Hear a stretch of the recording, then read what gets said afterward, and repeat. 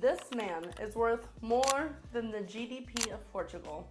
For a few hours in September of 2025, he was the richest person alive, worth 393 billion. And yet most people have no idea who he is or what he actually does. His company is everywhere. His name, nowhere. Let's fix that. Meet Larry Ellison. Born in 1944 in New York City, given up by his single mother at 9 months old after he contracted pneumonia, he was adopted by his aunt and uncle in Chicago. His adoptive father was a Russian immigrant who never really succeeded in America. He was distant, cold. He constantly told young Larry he was a dreamer, that he'd fail at everything. That rejection, it became fuel. He dropped out of college twice. From the University of Illinois after his adoptive mother died. Then from the University of Chicago. His adoptive father's predictions seemed to be coming true. But in 1966, at 22 years old, Ellison did what dreamers do. He drove to California with almost nothing, bounced between jobs, learned programming, taught himself everything. Then, at a company called Ampex, he got assigned to a CIA database project, the codename Oracle. Remember that name. He would later steal it for his company. In 1977, Ellison read a research paper by an IBM scientist about something called a relational database. Think of it like this. Before relational databases, finding specific information in massive datasets was like searching for a book in a library where nothing is organized. You'd have to look through everything twice, one piece at a time. Brutal, slow, and expensive. A relational database organizes everything into tables with relationships between them. Suddenly, you could ask questions like, show me all customers in California who bought something in the last month. And get answers in seconds, not hours. Just $2,000, $1,200 of it his own money, Ellison and two partners founded software development laboratories. They built the first commercial relational database and called it Oracle. But here's the thing nobody talks about. Oracle didn't actually work at first. They sold it anyways. Promised features that didn't exist, shipped buggy code, this aggressive fake it till you make it strategy almost bankrupted them in the early 90s. But by then, customers were locked in. They couldn't leave. Today, 96% of Fortune 100 companies use Oracle. Banks, governments, hospitals. Your medical records? Probably Oracle. Your credit card transaction? Oracle. That app you just used? Running on Oracle. They're embedded so deep into the world's infrastructure that switching would cost billions and probably take years. But here's where it gets wild. Most tech billionaires sell their stocks over time. Diversify. Play it safe. Larry Ellison, he never sold. Well, almost never. He's only cashed out $5 billion total. From a stake now worth over $250 billion. He owns 41% of Oracle. That's the largest individual stake of any top tech billionaire. And here's the genius move. Instead of selling shares, he borrows money against them. He pledged a third of his shares as collateral for personal loans. This way, he keeps control, avoids taxes, and still has billions to spend. What does he spend it on? He owns 98% of the Hawaiian island of Lanai, bought the whole thing for $300 million in 2012. Population at 3,000 people. He's their landlord, their boss, their entire economy. 2 yachts, actually. Rising Sun is 454 feet long, one of the largest private yachts in the world. Cost $200 million. Annual maintenance around $20 million. That's $55,000 per day just to keep it afloat. He loves tennis so much, he bought the Indian Wells tennis tournament. Loves sailing, so he funded Oracle Team USA to win the America's Cup twice. Whatever Larry wants, Larry buys. And he never has to sell a single share to do it. But Oracle wasn't enough. Ellison's now building a media empire through his son David, who runs Skydance Media. They just bought Paramount for $8 billion.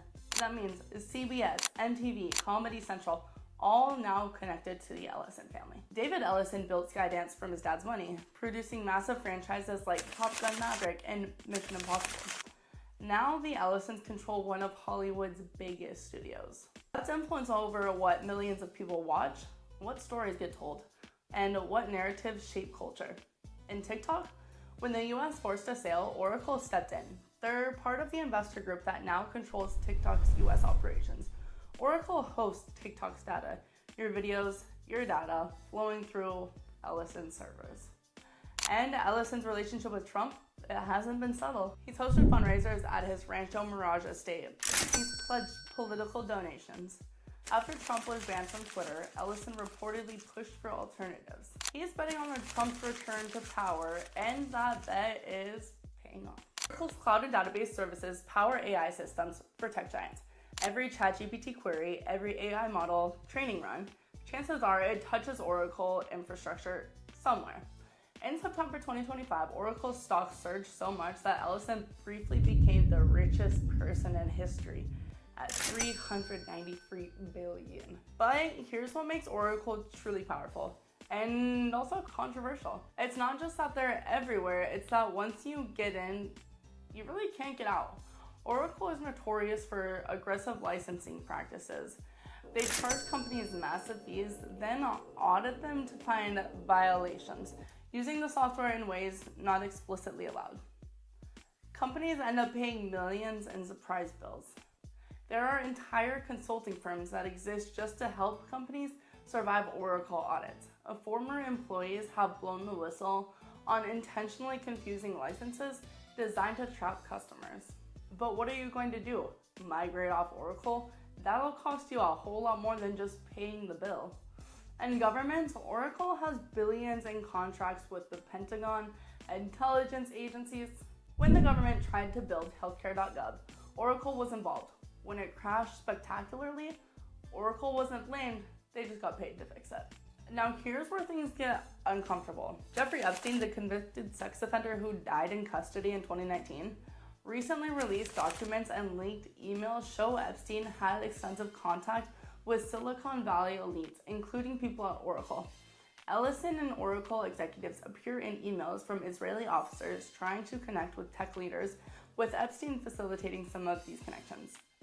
To be clear, appearing in these files or emails does not indicate wrongdoing. Epstein has not been accused of any crimes, but these documents reveal how Epstein positioned himself as a connector between tech billionaires, political figures, and intelligence networks.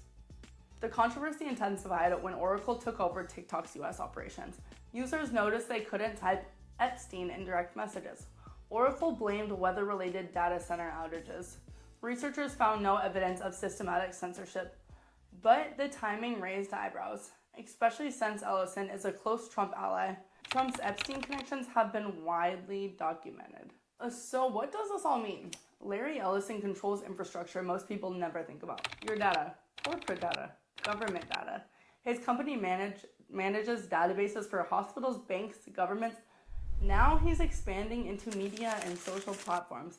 He's funding a massive philanthropic institute in Oxford focused on AI, healthcare, and climate, with for-profit structure that gives him control.